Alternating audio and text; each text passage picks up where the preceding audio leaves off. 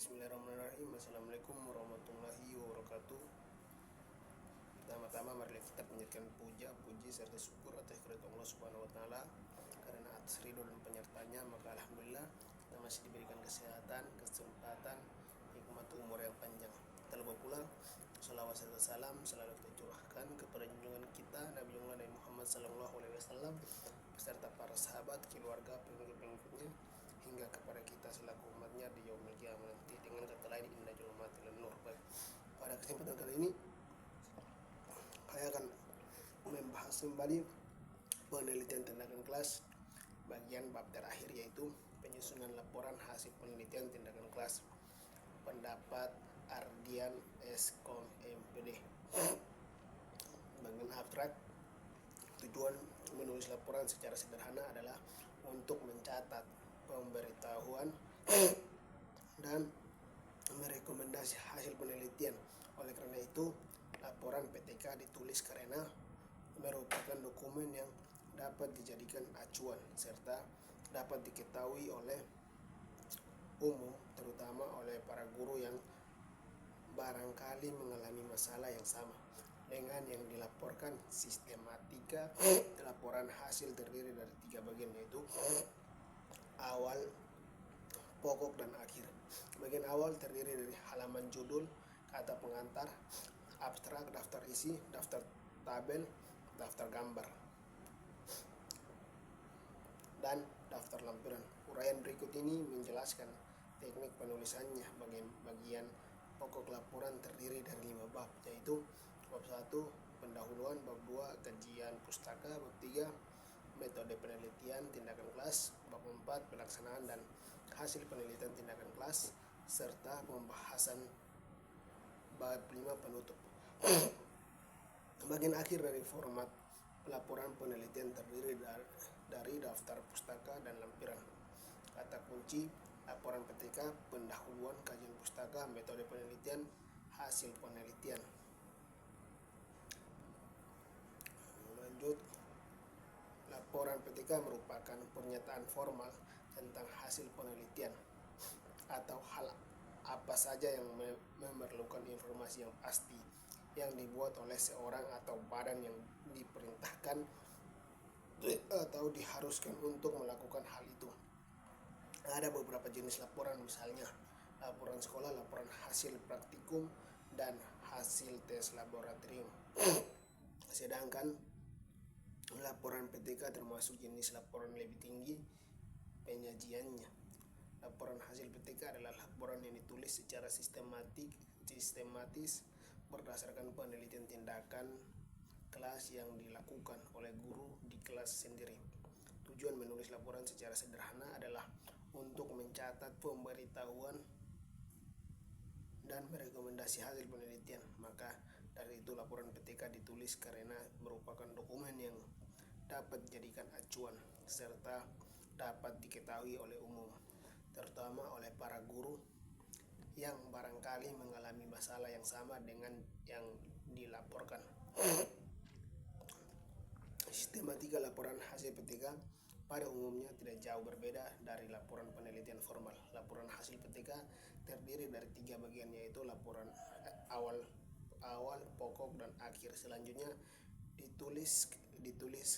ditulisan ini memaparkan 3 bagian tersebut.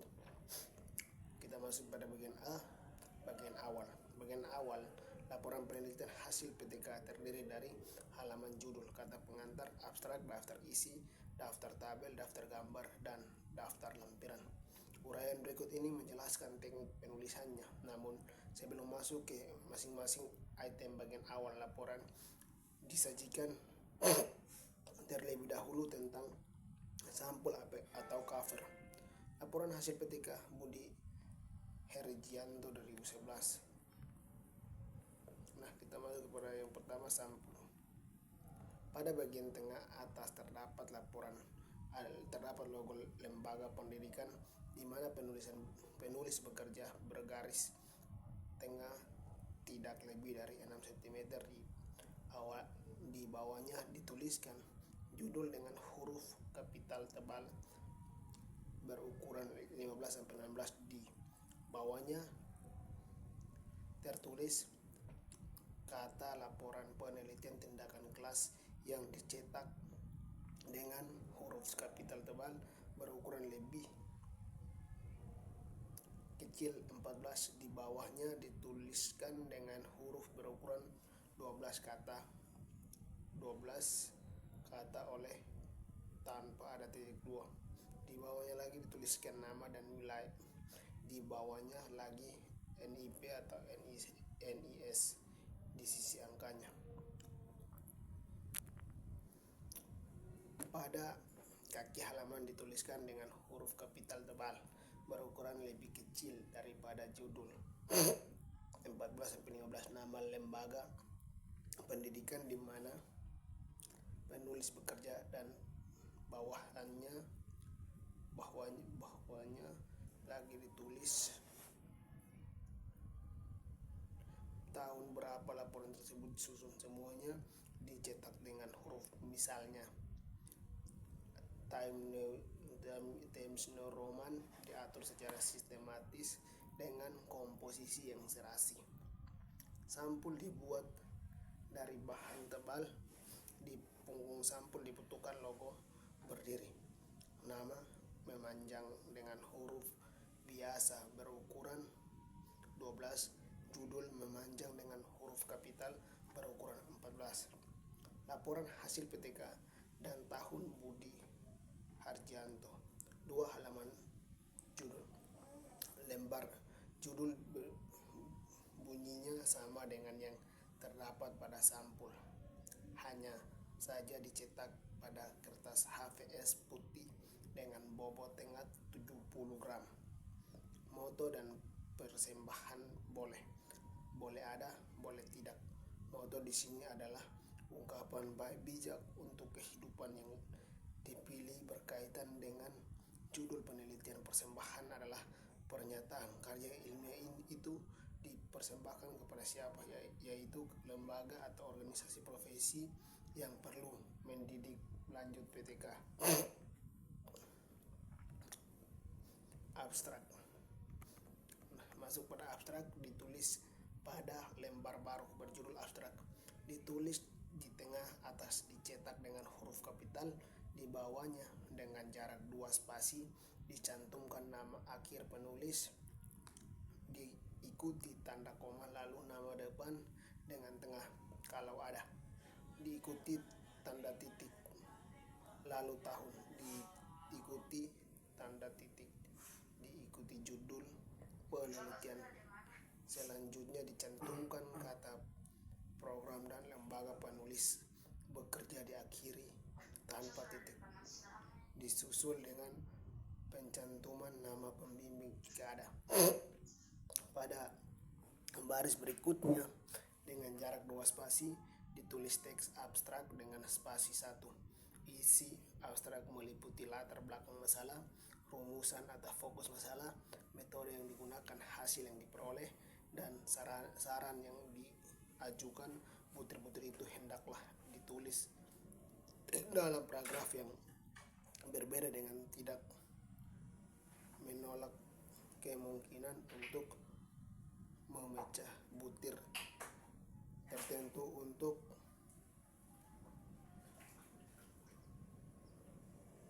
dituangkan dalam paragraf yang berbeda kalau diperlukan. Pada baris berikutnya dicantumkan kata kunci berkisar dari 3 sampai dengan 5 kata. Teks abstrak tidak boleh lebih dari 1 halaman. Kuarto Budi Harjanto 11. 4. Prakata. Lembar kata pengantar berjudul prakarta yang diletakkan di tengah atas. Dalam prakarta boleh dikemukakan ungkapan puji syukur dan terima kasih. Penelitiannya dan atas dasar itu penulis minta maaf serta mengharapkan kritik dari pembaca. Kalau penulis yakin bahwa dalam penelitian dan laporannya itu masih banyak kesalahan atau kekurangan penting dan atau laporannya itu harus diperbaiki terlebih dahulu baru dilaporkan atau dipublikasikannya, karena kesalahan ilmiah tidak dapat diselesaikan dengan permintaan maaf. Lagi pula, harapan kritik itu tidak diperlukan sebab laporan penelitian adalah karya ilmiah untuk dipublikasikan. Bukankah sebelum sudah direview, kalau naskah itu baru akan diterbitkan permintaan kritik, itu dinyatakan teks prakarta diketik dengan spasi atau setengah. Seperti halnya bagian utama tidak boleh lebih dari 1 halaman. Pada akhirnya teks prakarta dicantumkan pada penulis tanpa disertai nama, diletakkan di pojok kanan bawah. Budi Herijanto 2011. Dalam daftar isi dimuat judul-judul yang terdapat pada bagian awal laporan penelitian, dimulai dari abstrak, judul bab berserta sub-bab dan anak sub-subnya masing-masing, dan judul-judul pada bagian akhir kecuali judul subbab, anak subbab, semuanya diketik dengan huruf kapital. Judul-judul itu diikuti titik-titik sepanjang baris, diikuti nomor halaman. Tempat judul itu terdapat pada halaman lembar laporan penelitian. Daftar tabel, gambar, dan lampiran. Jika dalam bagian pokok terdapat tabel atau gambar lebih dari 4, perlu ada daftar tabel dan daftar gambar. Demikian juga jika dalam laporan lebih dari 4, perlu dibuat daftar lampiran. Tetapi jika kurang dari 5 tabel atau kurang dari 5 gambar atau kurang dari 5 lampiran, maka tidak perlu dibuat daftarnya. Daftar tabel memuat nomor dan judul tabel, diikuti titik-titik seperti pada daftar isi. Lalu disusun nomor halaman tempat tabel terdapat dalam teks. Judul tabel yang lebih dari 1 halaman dititik dengan spasi 1. Jarak antara judul yang satu dengan yang lain dalam daftar itu 1,5 spasi. Cara membuat gambar sama dengan cara membuat daftar tabel. Cara membuat daftar lampiran sama juga dengan cara membuat daftar tabel.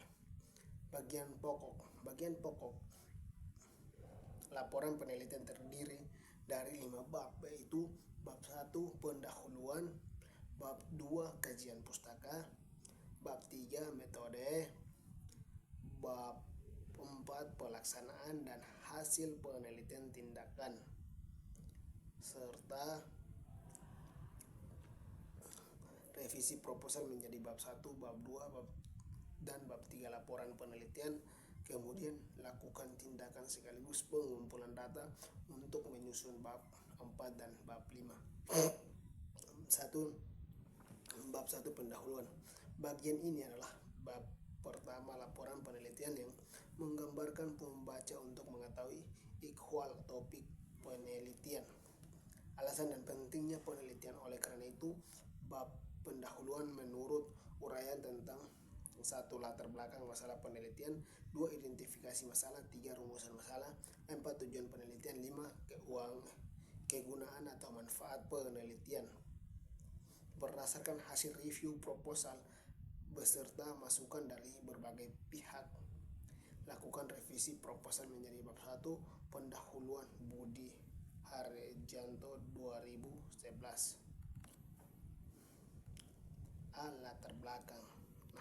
Kita masuk kepada latar belakang, yaitu permasalahan, uraian lebih rinci lagi urgensi penanganan permasalahan yang diajukan melalui PTK. Untuk itu harus lengkapi lagi dengan data atau fakta yang mendukung bagian yang berasal dari pengamatan saudara yang juga guru selama ini mampu, maupun dari kajian pustaka terkini yang lebih banyak.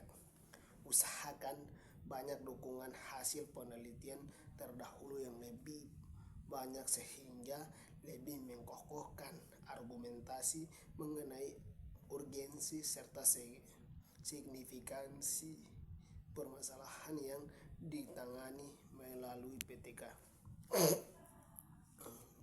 B. Identifikasi masalah. Berdasarkan kelengkapan data yang dipaparkan pada latar belakang hendaknya kesenjangan antara kenyataan kondisi awal dan harapan kondisi akhir menjadi lebih tajam sehingga masalah penelitian benar-benar diangkat dari masalah keseharian di sekolah yang memang layak dan perlu diselesaikan melalui PTK. Uraian permasalahan hendaknya didahului oleh identifikasi masalah yang dilanjutkan dengan analisis masalah serta diikuti dengan refleksi awal sehingga gambaran permasalahan yang perlu ditangani itu nampak menjadi lebih spesifik. Pembatasan masalah tersebut. Dalam bagian ini pun sosok PTK secara konsisten tertampilkan Muhammad Dafa 2008. Rumusan masalah dikembangkan dari identifikasi dan pembahasan masalah, umumnya berbentuk kalimat tanya. Pada rumusan masalah lebih terinci karena telah melalui identifikasi dan pembatasan masalah. Kalimat tanya yang diajukan mengacu ke variabel pada masalah pokok Y dan variabel pada masalah lain yang diteliti X.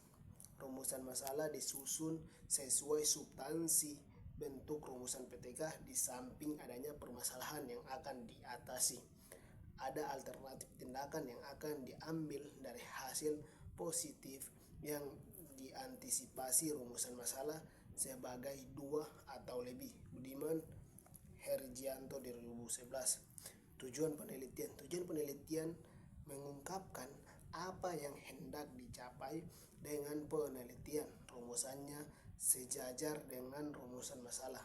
Dirumuskan secara singkat dan jelas tentang apa yang ingin diatasi atau dicapai berdasarkan permasalahan dan cara pemecahan masalah yang dikemukakan. Kegunaan penelitian. Kegunaan atau manfaat diuraikan secara jelas dan sistematis, baik kemukakan manfaat bagi peserta didik, guru, komponen pendidikan terkait di sekolah, baik bagi pengembangan ilmu maupun bagi kepentingan praktek. Adanya uraian ini dimaksudkan untuk menunjukkan bahwa masalah yang dipilih memang layak diteliti. Bab 2 kajian pustaka. Pada bagian ini materi dari proposal diperluas dan dipertajam lalu lagi sehingga kajian penelitian yang relevan, teori kerangka berpikir dan hipotesis tindakan menjadi lebih sempurna uraikan dengan lebih jelas lagi kajian pustaka dan teori yang benar-benar mendasari rancangan penelitian tindakan.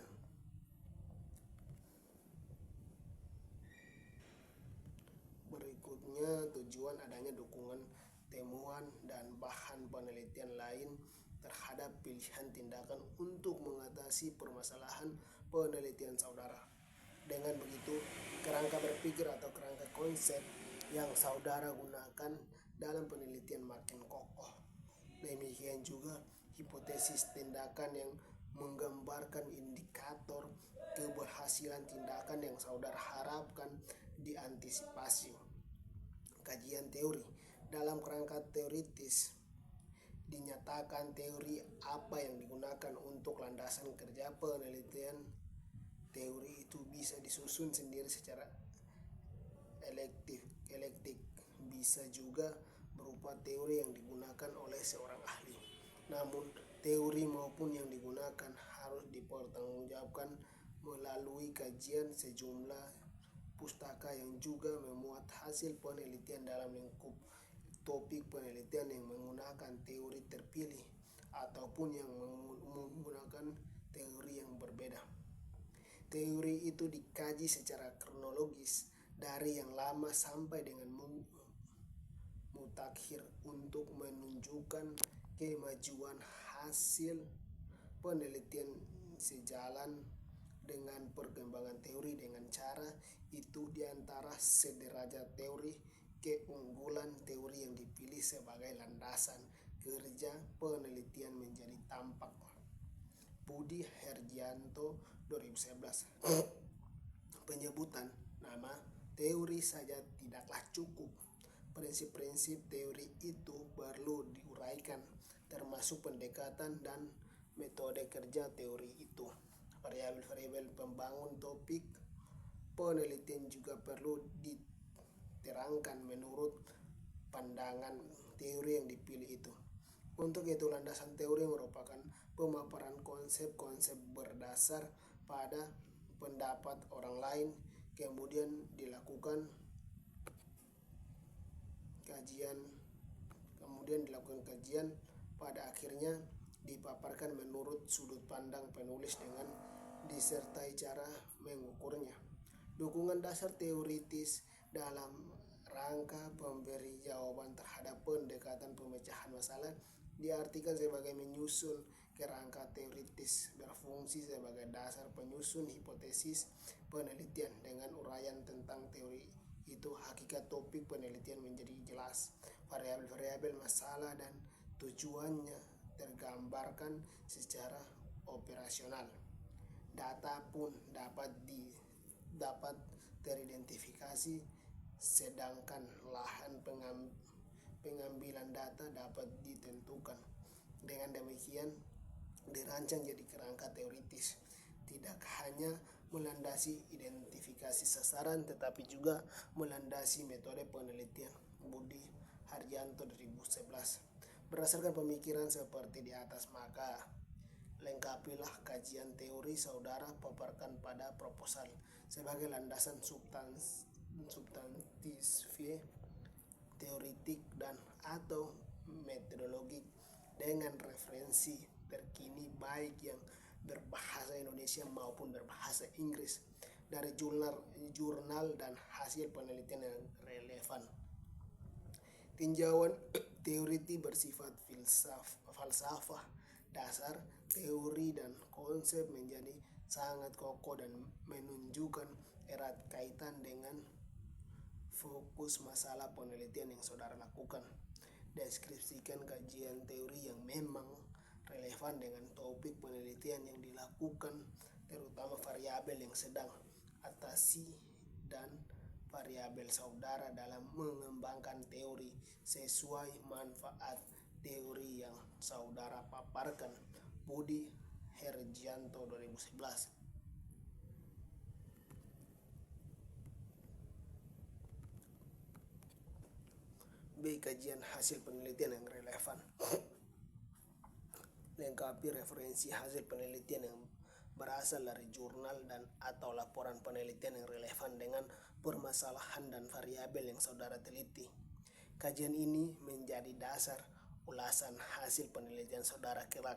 Tonjolkan peran saudara dalam mengembangkan teori sesuai manfaat teori yang akan saudara cari. Datanya, argumentasi logis dan teoritik diperlukan bukan hanya untuk membuat ulasan tetapi juga untuk menyusun kerangka teori konseptual yang sesuai dengan yang baru saja saudara akan kembangkan. C. Kerangka berpikir. Buat kerangka pemikiran yang menjelaskan kendala tindakan untuk mengatasi masalah. Pertajamlah naskah dalam proposal saudara sehingga variabel dicantumkan sebatas yang diteliti dan dapat dikutip lebih dari 3 karya tulis atau bacaan sebelumnya. Tekankan bahwa kerangka teori yang saudara paparkan memang menggunakan acuan yang berhubungan dengan permasalahan yang saudara teliti dan pustaka acuan yang berupa hasil penelitian terdahulu 3 tahun akhir. Semakin banyak sumber bacaan atau acuan, semakin baik susunan model teori yang merupakan kerangka pemikiran saudara dalam penelitian yang sedang dilakukan. Dari kerangka teori Dalam sebuah skema, jabarkan hal-hal yang perlu untuk memberikan batasan-batasan serta asumsi-asumsi Budi Harjianto. D. Hipotesis atau tindakan penelitian. Tinjau kembali hipotesis yang saudara turunkan dari kerangka pemikiran. Berdasarkan rumusan masalah penelitian tinjauan pustaka dan kerangka pemikiran, maka rumuskan ulang hipotesis saudara dengan pemikiran jawaban sementara yang saudara rumuskan berdasarkan kajian teori dan pustaka serta kerangka berpikir. Semakin kokoh menjawab rumusan masalah yang diajukan. Bab 3 metode penelitian. Nah, dalam metode penelitian ini dipaparkan setting penelitian dan karakteristik subjek penelitian. Variabel yang diselidiki, rencana tindakan data dan pengumpulan indikator, kinerja dan analisis data. A. Setting dan karakteristik subjek penelitian.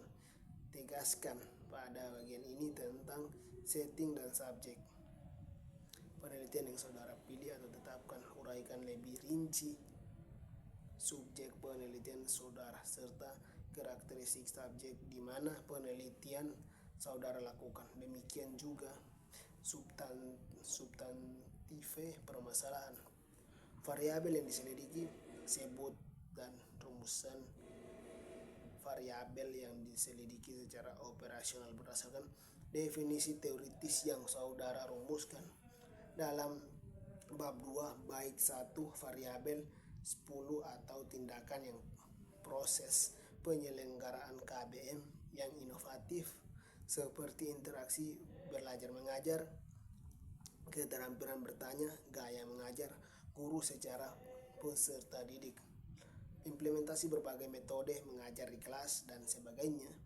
Variabel yang atau output seperti rasa keingintahuan peserta didik, kemampuan peserta didik mengaplikasikan pengetahuan, motivasi peserta didik.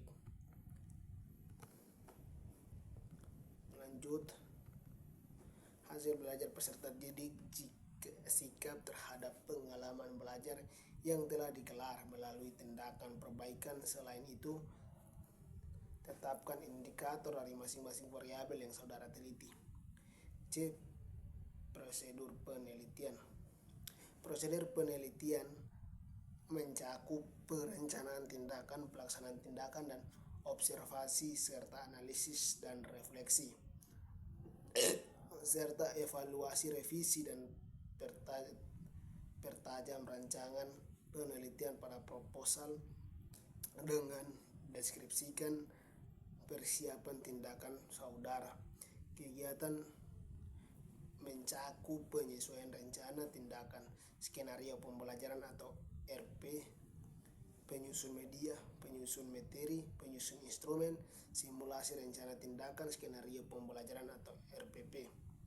Deskripsikan secara rinci rencana pelaksanaan tindakan dalam bentuk RPP, rencana pelaksanaan pembelajaran, serta pertemuannya. Jelaskan secara lebih rinci data yang dikumpulkan dan teknik pengumpulan datanya, soal tes, lembar observasi, kuesioner, dan lain-lain.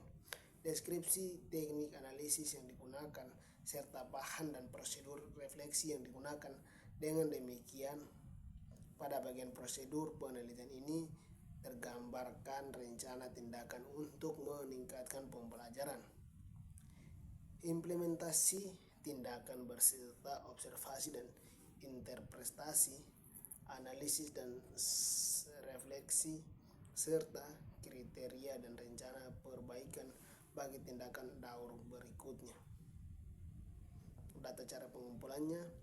Pada bagian data dan cara pengumpulannya ini ditunjukkan dengan jelas jenis data yang akan dikumpulkan yang berkenaan dengan baik proses maupun dampak tindakan. Selanjutnya,